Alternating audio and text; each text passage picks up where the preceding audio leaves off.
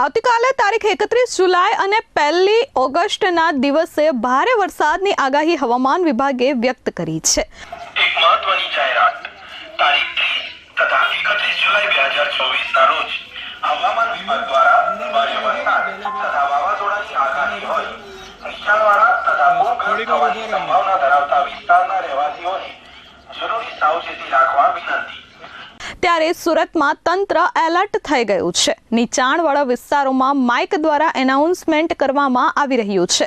ભારે વરસાદના કારણે નીચાણવાળા વિસ્તારોમાં પાણી ભરાઈ જવાની વકી હોય છે, જેના કારણે અગાઉથી જ નીચાણવાળા વિસ્તારોમાં રહેતા લોકોને સુરક્ષિત જગ્યા પર ખસી જવા માટે અપીલ કરવામાં આવી રહી છે। ઉધના ઝોન દ્વારા પાંડેસરા સહિત નીચાણવાળા વિસ્તારમાં માઇક દ્વારા એનાઉન્સમેન્ટ કરવામાં આવ્યું હતું અને લોકોને કારણ વગર ઘરની બહાર ન નીકળવાની અપીલ કરી હતી। Bureau report S24 news Surat.